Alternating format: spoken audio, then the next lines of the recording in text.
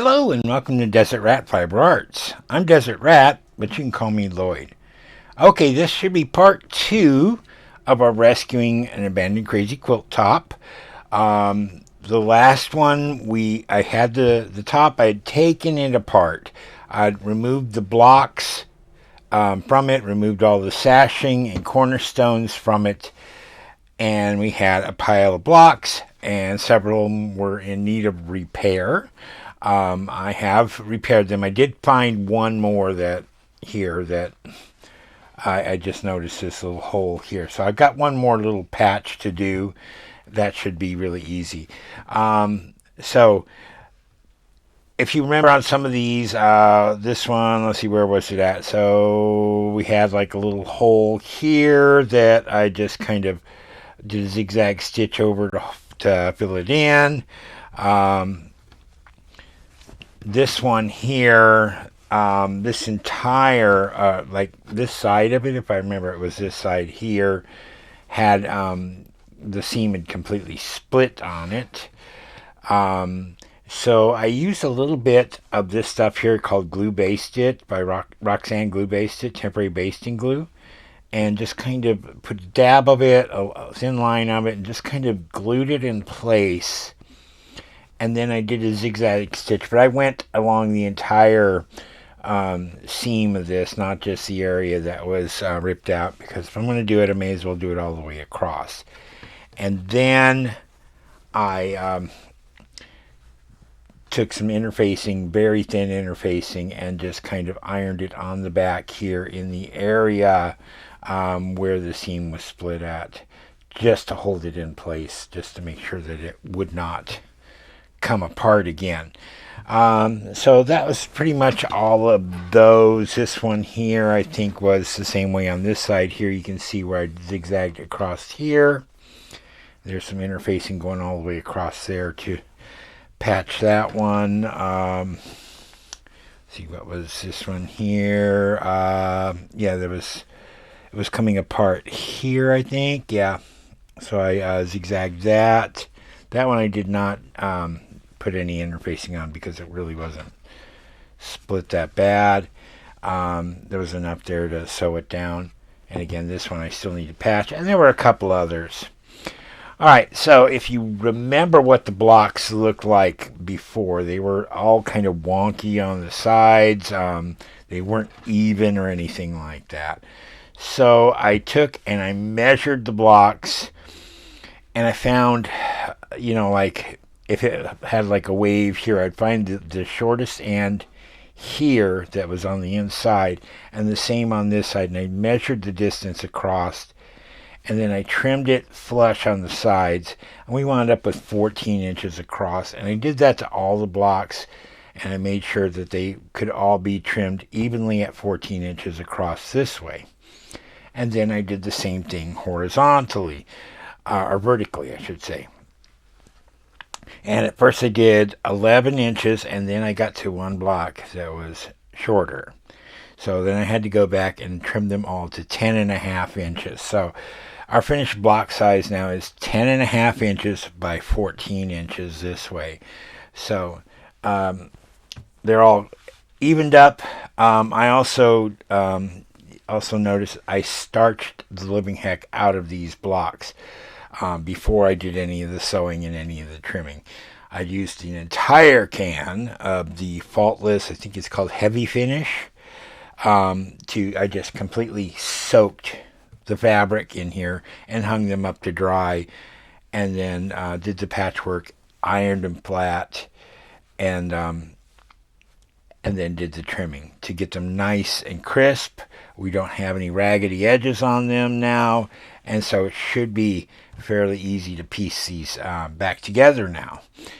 So I took the advice of Susan, one of our viewers here, and I was originally going to do this in like a cream color for the sashing between the blocks, and she said, oh, I'd love to do that. I'd use black. And I'm like, that works.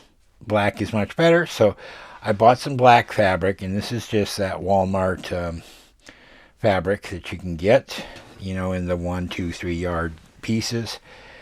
And I cut some 2.5 inch strips out of that. And I've cut some 10.5 by 2.5. So this is what it's going to look like here.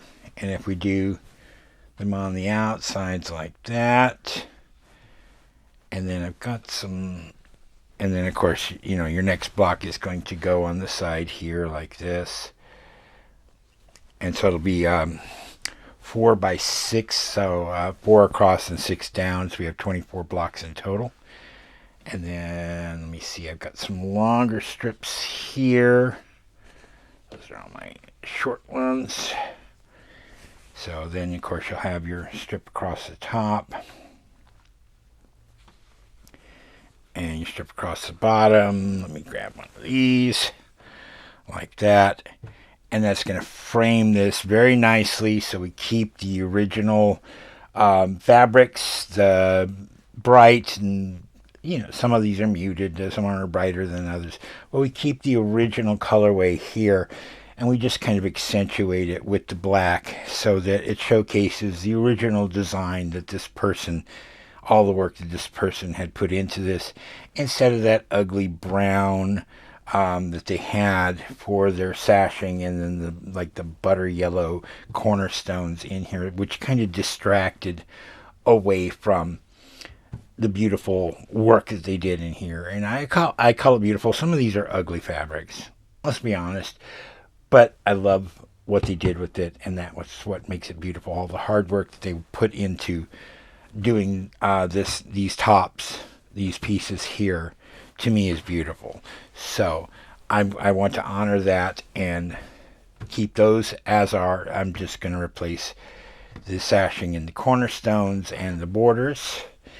Now the yellow and brown I'm still going to try to work in there, and I'm going to, after I get them ironed flat, I'm going to see if I can actually maybe cut them in half lengthwise and then use them for actual additional borders around the outside. So we'll still have like a black border, and then maybe the yellow, the brown, and then another piece of black to finish up a nice border. So that way we're using everything that they gave us to begin with this with these quilt blocks.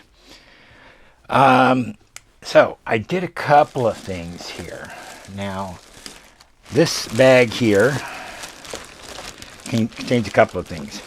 First of all, the backs of these quilts, these blocks, there's still some strings in there that I need to trim out. But a lot of it, there was lots of hangover. There's still like this here. Let me just do this with you real quick. That's excess fabric that's just, you got to sew through all that, and there's no point in it. So I've been trimming off all these excess pieces that aren't necessary, that just adds bulk to the quilt top, and taking that stuff out. And there was a lot of it. I mean, this could probably, well, let's see. There's a little bit there. I'm not going to bother with that one, though. And I just saved all of those clippings. All of this is either the frayed edges or the fabric that I trimmed off the back of these 24 blocks in order to get rid of excess fabric and make it a little bit less dense for when we actually go in to quilt it. It's going to help with that a little bit, make it a little easier so our needle doesn't have to struggle going through extra layers of fabric that it doesn't need to. And then the rest of this bag is everything that I trimmed off the edges of these blocks. Now, I can't really use this in the quilt, but this would probably go in for stuffing for a dog bed or something like that, because there's people in our guild that collect scraps like this, and they use them for stuffing for dog beds. So it won't go to waste. So I'm going to work on adding the sashing, and I'm going to try to get this quilt top pieced, and then we'll see what it looks like in the next video. So tell me your thoughts. How would you go about doing this? Did you like what I've done, or would you have done it differently? So that's it. So until next time, this is Desert Rat. Happy crafting.